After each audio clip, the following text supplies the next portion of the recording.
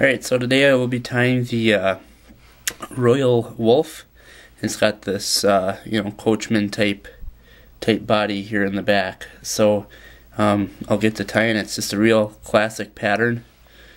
Good dry fly. The coachman back is kind of an attractor type style. The thread I'll be using is just a UTC in the 140, and that's black. So let's start up here by the eye and put down a layer of the thread going towards the back of the hook.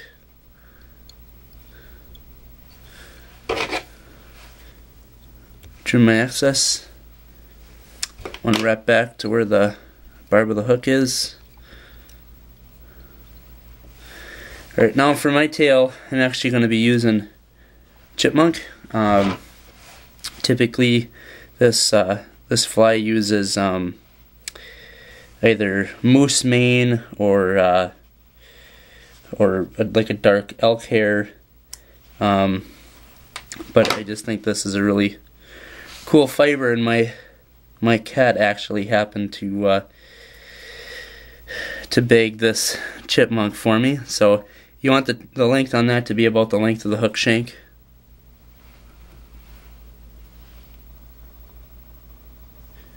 Secure that down with 1 or 2 wraps, and that's just a little long, so I'm going to shorten that up just a little bit.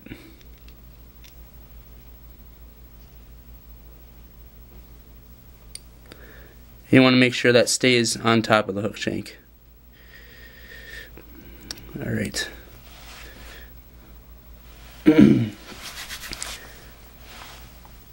So we'll go ahead and just clean that up going forward.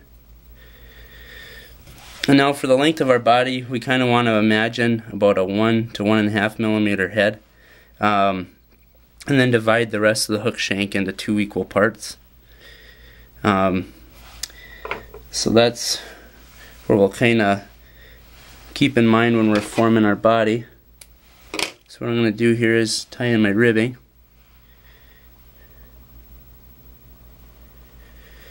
And we'll just kind of secure that down on our way back down the hook. Okay. Alright. So next what we're going to do is tie in 3 strands of peacock herl. And tie those in by the tip, but not by the very tip because they're pretty weak fibers. So just clip down a little bit. Secure those in the length of the body.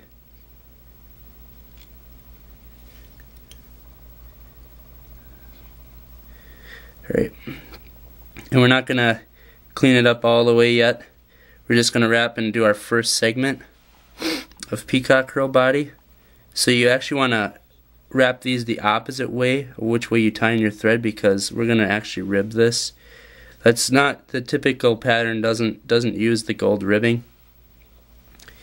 But I like to do it because it kind of adds a little bit of strength to the herl, protects it a little bit, and keeps it from unraveling if you get a break in it. So now we're not going to clip these. We're just gonna wrap forward and get ready for our next segment, which is the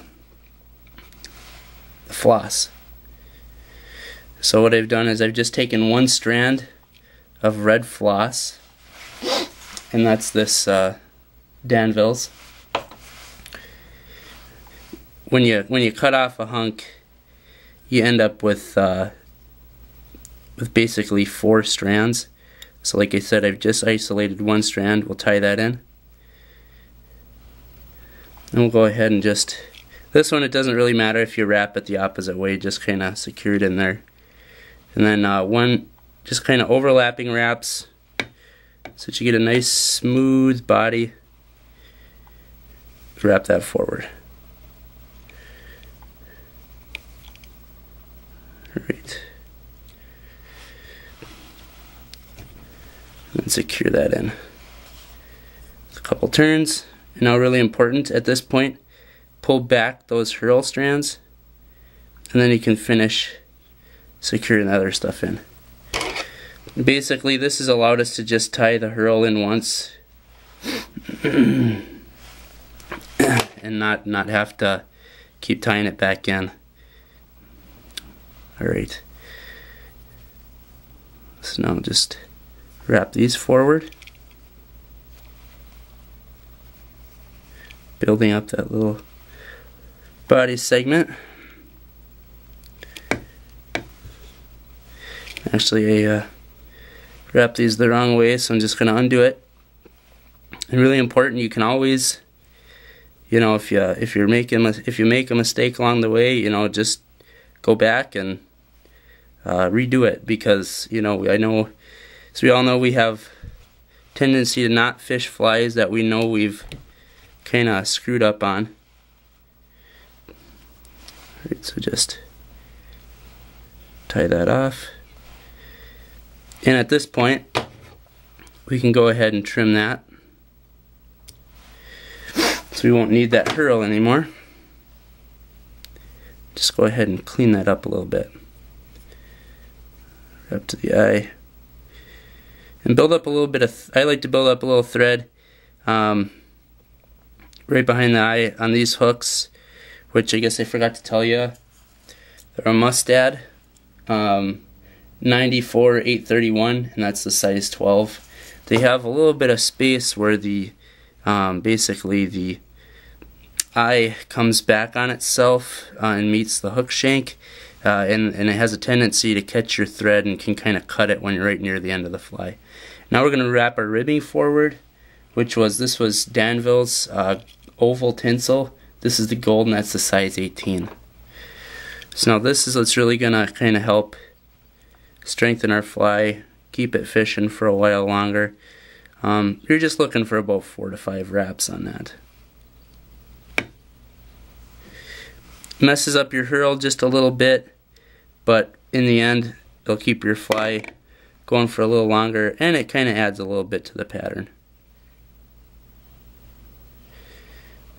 Alright, now we're just going to clip that off.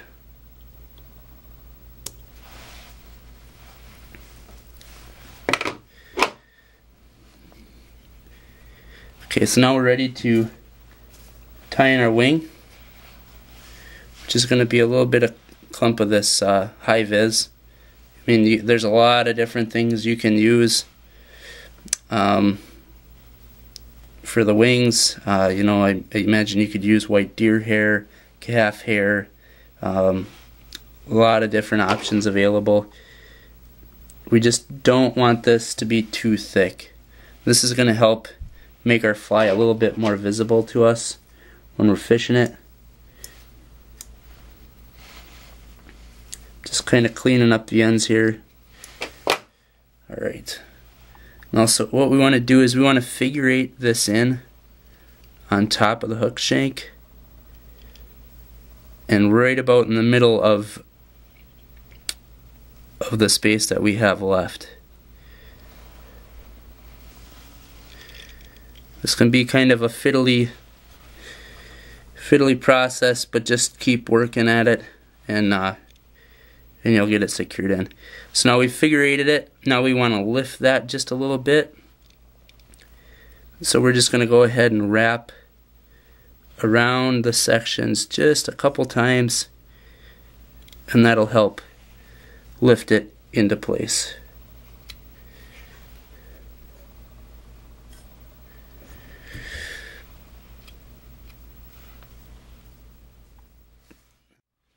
Alright, so now the last thing we have to do is tie in our hackle, and I like to go two hackle feathers on that. And this is just a rooster cape, and this is basically coachman brown is what they call this color. So I've taken two fibers from about the same place in the cape, and basically you want to look for fibers that are anywhere from, you know, kind of close to 1.5 times the gape of the hook, you know, if you look at the fibers on one side. So and what I've done is I've opened it up by stroking these back like so, and I've isolated basically the tip. So now I'm going to tie it in by the tip. So I'm just going to go ahead and secure that. And I'm securing these in on the side of the hook, because basically what I'm going to do is I'm going to secure this in and kind of try to, I'm going to end it right in front of that wing that we just tied in. And what I'm going to do is stroke those tips back. You're going to get a few fibers pointing forward, but we can always cut those. And now you should be able to just, one at a time, break off those points. And now we can go ahead and just take our scissors and basically cut any of those hackle fibers that are pointing forward. Almost got it. There, close enough. Let's just blow those off. And now I find it helps to really just wet those wet that float viz, because otherwise you're gonna get strands going everywhere when you try to wrap this hackle. So now wrap to the hook eye, and what I like to do is throw in a half hitch. This will prevent, if as you're wrapping your hackle, if you bump that thread, it's not going to come spooling off of there. Just kind of makes things easier. Okay, so now that we have those hackles secured in and we have our thread secured, we're going to go ahead and just wrap those forward. Stack as many wraps as you can right behind the float viz.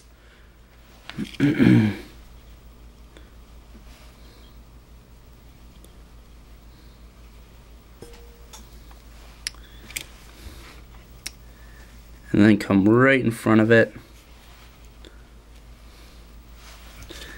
Now it's a little easier to kind of stroke the fibers back as you make each wrap.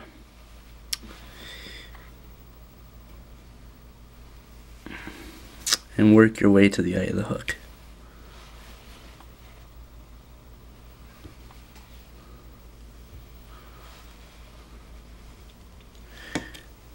Okay, now you're ready to tie off.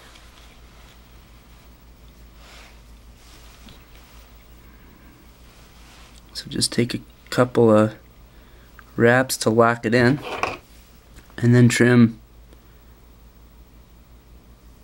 nice and close.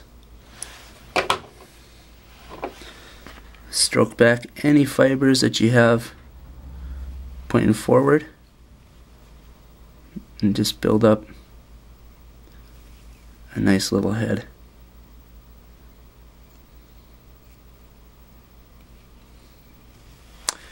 And we're ready to whip finish.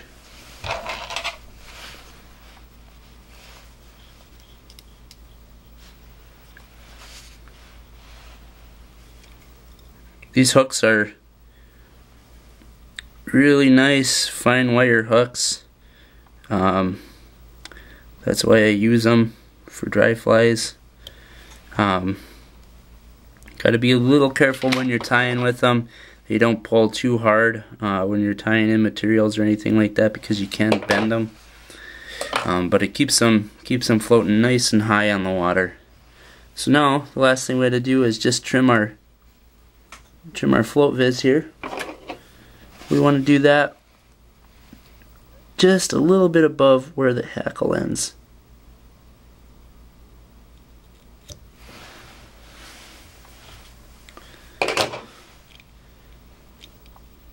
And just kind of spread that out. Trim any ones that got missed. You can pull out any ones that kind of made their way around the hook as you were tying. But that's basically the fly. Just finish it off real quick by putting a little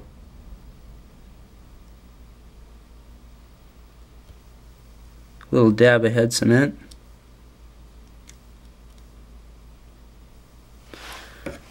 And there you have it. This is the Royal Wulff dry fly. Hope you get a chance to tie this one, and go ahead and try it out. Just a really good all-around classic pattern. Been around for quite a while. So enjoy. Hope this catches your fish.